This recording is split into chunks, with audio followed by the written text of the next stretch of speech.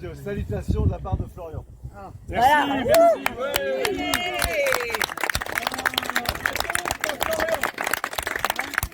Ensuite, pour la manifestation du 8, jeudi, j'ai déposé, la préfecture fait des manières. Ils m'ont dit d'abord il faut commencer à refuser sans être un arrêté d'interdiction. Ils m'ont commencé à refuser en me proposant Vauban. J'ai refusé. Maintenant ils me proposent Pierre Place Foch, qui est près de l'école militaire. J'ai refusé à nouveau hier soir, d'accord, en leur disant que je ne voyais pas l'intérêt de faire Place Foch une réunion, un rassemblement, alors qu'il s'agit de l'Assemblée nationale. Ah oui. Et pas de l'école militaire. Du moins, pas encore. Plus, j'ai largué du fait que d'habitude, quand on fait des manifestations, et maintenant ça fait 3 ans et demi, et on en a fait plus de 100, ça s'est toujours bien passé. Donc ils ne peuvent pas arguer. Les deux choses qu'ils arguaient, c'est la première fois, ils ont refusé. Ils m'ont dit, oui, mais risque de troubler l'ordre public, ils sauraient sans troubler l'ordre public. Puis je leur ai dit, j'aurais répondu en disant, le problème, c'est qu'on a déjà fait avec les terrasses. Et deux, ils m'ont dit, ah oui, mais il y a les terrasses de café. Voilà, donc maintenant j'attends leur réaction. Je pense que leur réaction, ça va être de dire, arrêtez d'interdiction cette fois. D'accord? Auquel cas, on va faire un référé. Mais on fera le référé que s'ils envoient l'arrêté d'interdiction, lundi, mardi, ça ira encore. Mais s'ils l'envoient à mercredi, ça commence à être juste au niveau du référé. On va voir. Mais mobilisez-vous, tenez-vous prêts quand même. Si on peut effectivement la faire, on la fera. Et c'est vrai qu'au niveau du référé, il y a quand même des chances que ça pose problème, dans la mesure où la jurisprudence, ce qu'on a déjà fait, plaît dans notre faveur. C'est-à-dire qu'il n'y a jamais eu le moindre trouble.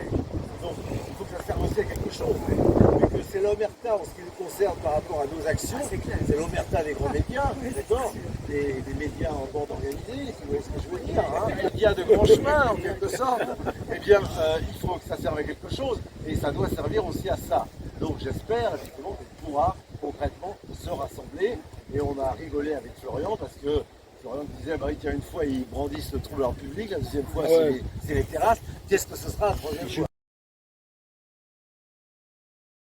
Bah écoutez, votre présence montre que le mouvement est dynamique, le mouvement il résiste à cette apathie de l'année, curieuse d'ailleurs apathie parce que jamais les coups portés aux citoyens français et à la France ont été aussi rudes que ces 6 derniers mois. Et il y a une très étrange apathie des citoyens, de nos compatriotes, apathie sur l'énergie, apathie sur nos libertés qui sont attaquées, apathie sur la propriété. L'apathie est assez généralisée, c'est extrêmement étrange ce qui se passe. Si on fait en parallèle les atteintes qui sont portées à nos droits les plus élémentaires et aux libertés qui sont mises en cause, les libertés publiques et individuelles, avec la propriété notamment, et puis si on met en regard de ça l'apathie qui règne, c'est assez étrange ce contraste. C'est assez étrange. D'accord? Donc on ne sait pas. Nous on met les fagots, l'étincelle c'est pas nous qui la mettons, vous savez bien, d'accord? On n'a pas ce pouvoir, sinon ça se saurait, on l'aurait déjà fait. Je vous le dis carrément. Mais c'est pas le cas. On met les fagots, l'étincelle c'est pas nous. D'accord? Alors, on est prêt dans une logique aussi bien sûr électorale. Le gros problème aujourd'hui sur le plan électoral, c'est François Asselineau. C'est-à-dire que je veux bien tout ce qu'on veut, qu'il est super, qu'il est intéressant, etc. D'accord. Mais un homme politique qui bloque la dynamique souveraine qui pourrait exister, qui la bloque sciemment, qui la vu depuis des mois, qui la bloque de manière systématique, avec des arguments de droite, de gauche, à U et à Dia, n'importe quoi par moment, d'accord, c'est pas tolérable. Il y a 2 jours, non c'était à Caen la semaine dernière, je serais la publique, il y a la référence qui va être venir, et il y avait un cas de la France par exemple. Ce comportement est intolérable parce qu'il bloque la dynamique souverainiste, il nous bloque. Donc s'il nous bloque, c'est un caillou dans la chaussure souverainiste. Donc c'est un vrai problème. Il faut retirer ce caillou. Il y a 2 jours, j'ai déjeuné avec François Asselineau. Et je lui ai demandé, comme beaucoup de gens chez lui, il doit être exaspéré de ça. Parce que beaucoup de gens lui demandent, mais pourquoi on ne fait pas une alliance? Parce que malgré ceci et tout, malgré les médias du régime qui font le merda, les gens savent bien ce qu'on fait et notre dynamique, ils la connaissent. Et ils connaissent aussi notre colonne vertébrale idéologique. Ils savent que c'est clair chez nous. C'est très clair. Alors il dit, pourquoi on ne fait pas alliance? Et il lui a répondu, mon cher Louis, mon cher Louis, vous êtes naïf. vous ne connaissez pas le dessous des cartes. Il n'y a pas de dessous des cartes.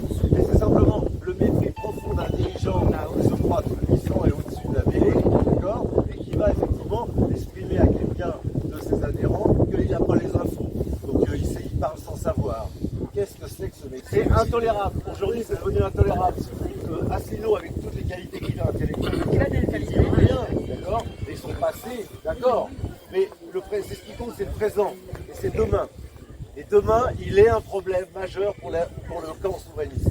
Et il faut qu'on règle ce problème. Donc il faut parler aujourd'hui, là où avant, ils bénéficiaient d'une certaine apathie, d'une certaine mansuétude, on disait pas grand-chose, parce qu'on trouvait intéressant ces prises de position, qui le sont toujours. Oui. Mais sur le plan de l'alliance, c'est intolérable aujourd'hui. Parce que la dynamique que les gens veulent dans notre camp, les gens ils veulent une dynamique.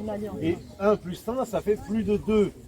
Et lui il dit que c'est pas de l'arithmétique en politique, bah d'accord, c'est pas de l'arithmétique. 1 plus 1 égale plus que 2.